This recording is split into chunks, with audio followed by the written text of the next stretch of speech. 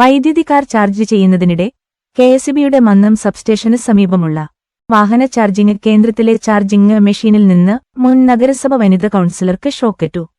കെഎസ്ഇബിയുടെ മന്നം സബ്സ്റ്റേഷന് സമീപമുള്ള വാഹന ചാർജിംഗ് കേന്ദ്രത്തിലെ മെഷീനിൽ നിന്ന് വീട്ടമ്മയ്ക്ക് ഷോക്കേറ്റു. നഗരസഭാ മുൻ കൗൺസിലർ വാണിയക്കാട് കളത്തിപ്പറമ്പിൽ കെ.എൽ. സ്വപ്നയ്ക്ക് വലതു കൈയിലെ തള്ളവിരലിലും ഇടതു കാലിലും പൊള്ളലേറ്റതിനെ തുടർന്ന് സ്വകാര്യ ആശുപത്രിയിൽ ചികിത്സ തേടി. തിങ്കൾ രാവിലെ 6:45 സംഭവം. വിവാഹശേഷം പത്തനംതിട്ടയിൽ സ്ഥിരതാമസമാക്കിയ സ്വപ്ന അവിടേക്ക് പോകുന്നതിന് മുമ്പ് വൈദ്യുതി കാർ ചാർജ് ചെയ്യാനാണ് ചാർജിംഗ് കേന്ദ്രത്തിൽ എത്തിയത്. കാറിൽ 59% ചാർജ് കയറിയപ്പോൾ ചാർജിംഗ് മെഷീൻ പ്രവർത്തനരഹിതമായി.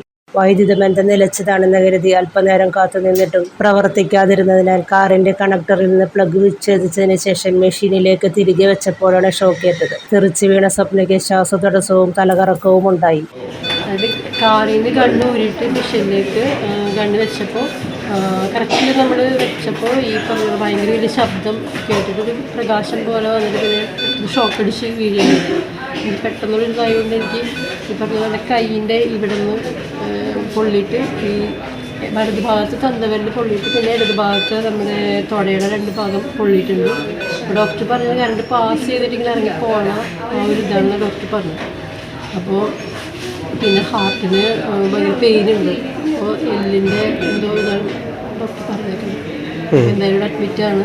എന്താണെന്ന് വെച്ചിട്ടുണ്ടെങ്കിൽ നമ്മൾ ഇത്രയും എല്ലായിടത്തും യാത്ര ചെയ്യണതാണ് വണ്ടിയിൽ. അപ്പോൾ നമുക്ക് ചാർജിങ് സ്റ്റേഷനിൽ ഇങ്ങനെ സുരക്ഷിതം അല്ലെങ്കിൽ നമുക്ക് എന്ത് ധൈര്യത്തിലാണ് നമ്മളിങ്ങനെ ചെന്ന് ചാർജ് ചെയ്യാനുള്ള ഇങ്ങനെ നമുക്ക് ധൈര്യം കിട്ടും.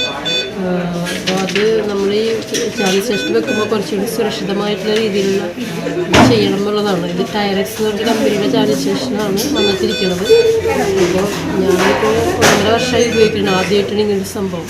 ഇപ്പോൾ എനിക്ക് പേടിയാണത് ചെയ്യാൻ വേണ്ടി. എനിക്ക് പേടിയാണ്. കാരണം അത്രയും വലിയൊരു അത്ര 1000 വാട്ടിലോട്ടാണ് തോന്നുന്നത്. അതിൽ നിന്ന് ഇങ്ങനെ ഷോക്ക് അടിച്ചിട്ട് ഞാൻ ജീവനോടെ ഇരിക്കുന്നത് എൻ്റെ ദൈവത്തിൻ്റെ അനുഗ്രഹം കൊണ്ട് മാത്രമാണ്.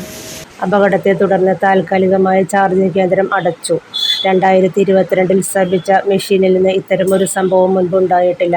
മെഷീൻ സ്ഥാപിച്ച ടയറക്സ് കമ്പനിയുടെ ഉദ്യോഗസ്ഥരും ഇലക്ട്രിക്കൽ ഇൻസ്പെക്ടറേറ്റ് വിഭാഗം ഉദ്യോഗസ്ഥരും വിശദമായ പരിശോധന നടത്തുമെന്ന് കെഎസ്ഇബി അധികൃതർ പറഞ്ഞു.